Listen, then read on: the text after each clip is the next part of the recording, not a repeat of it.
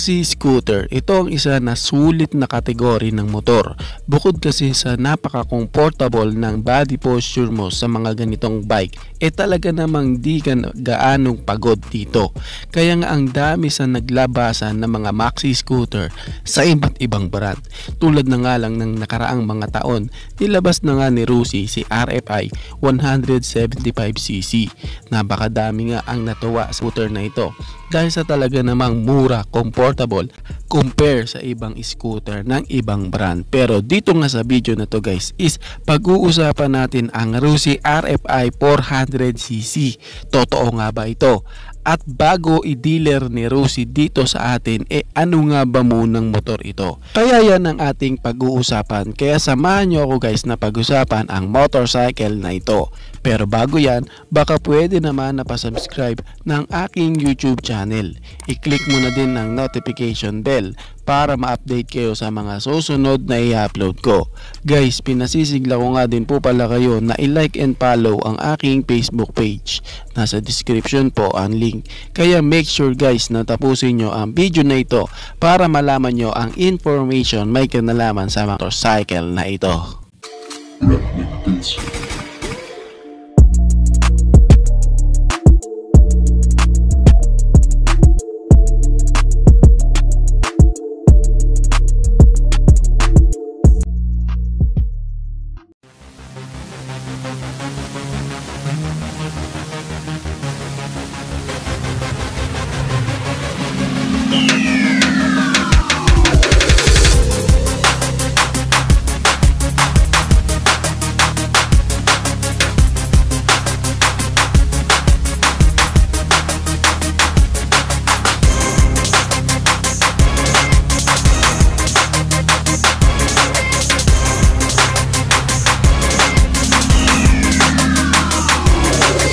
Si RFI 400cc. Well, bago natin ipagpatuloy ang video na ito guys, is ginawa ko para sa mga subscriber natin na nire-request na gawin ko to at gusto malaman kung ano nga ba ang information sa motor na ito. Ang motor nga na ating pag-uusapan is si Taro TR400 Trailblazer. Well, makikitaan naman talaga siya ng pagkakahawig kay Rusi RFI 175cc. Kaya nga ata nabuo sa isip ng iba nating mga kababayan na baka ito na nga daw ang Rusi RFI 400cc. Well, saan nga ba ito hinango o kinopya ang Maxi Scooter na ito at ano nga ba ang meron kay Taro TR400 Trailblazer? Well, kita naman sa kanyang looks na makikitaan mo talaga siya ng Ducati concept. At ang Taro TR400 guys is isa nga pong China bike. Alam ko natataas ang kilay mo, may kinalaman sa bagay na yan. Kasi kapag usapang motor, inuulan talaga ng pula at bash ang mga China bike.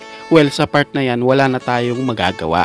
Kanya-kanya naman tayong opinion dyan Pero kahit nga China bike ang motor na ito, tsak na madami pa din ang magkakagusto dito sa Taro TR400. Dahil ang motor ni Taro Motors na si TR400 Trailblazer is kargada nga ng 359 cubic centimeter engine displacement, naka 4-stroke, single cylinder, single overhead cam with 4 valves, naka liquid cooled at syempre ito is naka fuel injected na.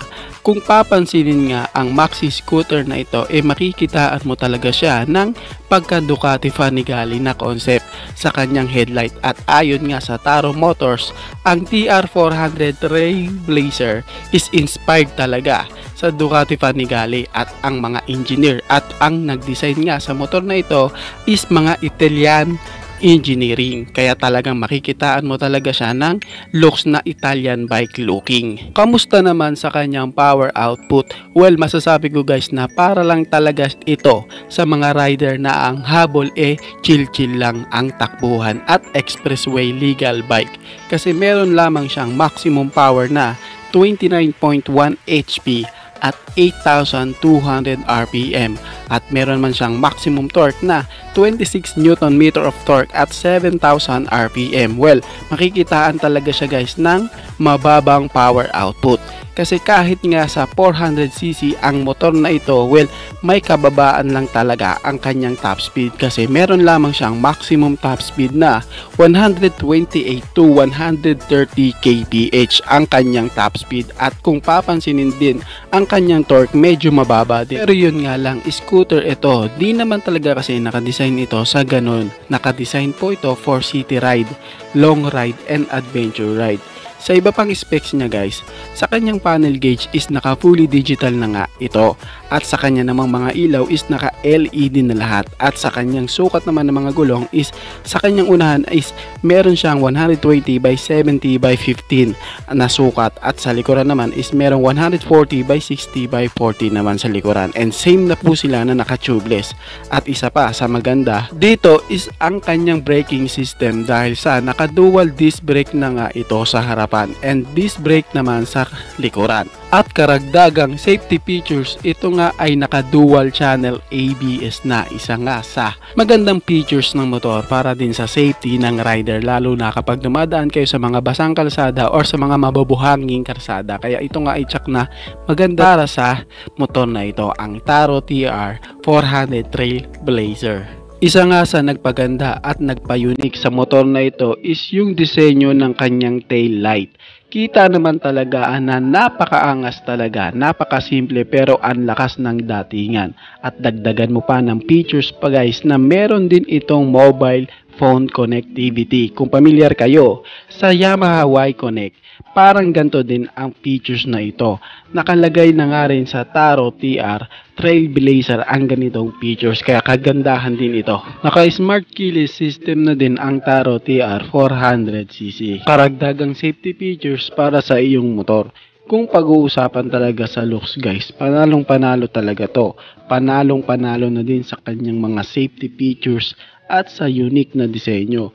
Well, kung titignan sa kanyang power output, well, masasabi talaga natin na medyo tagilid tayo pagdating sa bagay na to. Pero bumawi naman si Taro TR400 sa kanyang presyo, kasi ang presyo nito is nagkakahalaga ng 70.99 million Vietnamese dong, na kung direct po natin na i-convert sa Philippine money, ito ay papalo sa halagang 147,000 pesos. O diba, sulit na sulit, mapa-looks, mapa-designs, specs, lalo na sa kanyang features, may mga karagdagang safety features na din, at syempre lalong higit sa kanyang presyo, sulit na sulit. Well, mapapaisip ka din talaga na baka ito na nga ang Rusi RFI 400cc ni Rusi. Well, hindi malabo guys, lalo na't isa din itong China bike, at pwede ding i-dealer yan ni Rusi dito sa atin. Pero wait po muna kayo. Okay, si Rusi kasi is may 400cc lineup na mga motor na ilalabas yan dito sa ating bansa, at di na din natin dapat ikagulat yon, kasi ngayon nga is meron ng available na 400cc si Rusi sa masa, kaya di malabo na iangkat ito ni Rusi para ilabas dito sa atin. Ang motor nga na Taro TR400 Trailblazer po guys is hindi pa po sure na kay Rusi na, at hindi din po nila nabanggit na ito na nga daw ang Rusi RFI 400cc. Para sa mga nagtatanong sa akin, kaya ko po ginawa ang video na ito para na din magbigay linaw sa mga solid subscriber natin at sa mga nag-a-ask kung ano nga ba ang information may kinalaman sa motorcycle na ngayon. Ngayon, kung halimbawa man na iangkat ito ni Rusi sa atin ngayon, sa tingin nyo kaya is bebenta ito dito sa atin? Well, sa price na guys na 147,000, ito po is direct conversion pa lang. May kaukulang dagdag pa yan if lalabas ba yan dito sa atin. Well, kung tanong na ilalabas ba ni Rusi yan dito sa ating bansa, ang sagot yan is oo naman, kung iaangkat po ito ni Rusi or papasaba sa kanila at pasok pa din ba sa pangmasa na presyo ang motor na ito. Sa ngayon nga guys is wala pa po tayong konkretong ebidensya na kay Rusi na nga po ito. At kung ito na ba ang Rusi RFI 400cc, sana naging malinaw ang video na ito guys para doon sa mga subscriber natin na nagtatanong sa atin. Pero malay nyo naman, di ba? Dahil sa mga ganitong klaseng video, makita ni Rusi ang motor na ito at baka lang naman, no? Baka maisipan ni Rusi na iangkat yan dito sa atin at maging available na din yan sa masa. Kung titignan naman talaga ang motor na ito ay makikitaan mo din naman talaga ng pagka RFI 175cc looks ni Rusi, kaya di talaga malabong mag-isip ang iba nating mga kababayan na baka nga ito na ang Rusi RFI 400cc. Solid din talaga sa mga specs and features, pero guys kapag po may update tungkol sa motor na ito is agad ko naman kayong sasabihan at i-update. Makakaasa kayong lagi tayong updated may kinalaman sa motor na ito, ang Taro TR 400 Trailblazer. Kayo guys, ano ang masasabi nyo sa motor na ito? Paki-comment naman ang inyong reaksyon. Maraming salamat po. Bago matapos ang video na to guys, baka pwede naman na pahingi ng isang like mula sa inyo bilang pagsuporta din sa ating YouTube channel. Maraming salamat po at pwede mo na rin i-share para din malaman ng mga iba nating mga ka-rider. Sa tingin ko guys is dito ko na lamang po tatapusin ang ating vlog. I hope na nag-enjoy kayo sa aking hinandang video para sa inyo. Pinasisigla ko din kayo guys na i-subscribe ang aking YouTube channel. I-click mo na din ang notification bell para ma-update kayo sa mga susunod na i-upload ko. Maraming salamat po. So dito ko na lamang po tatapusin. Ichiboy. Thank you!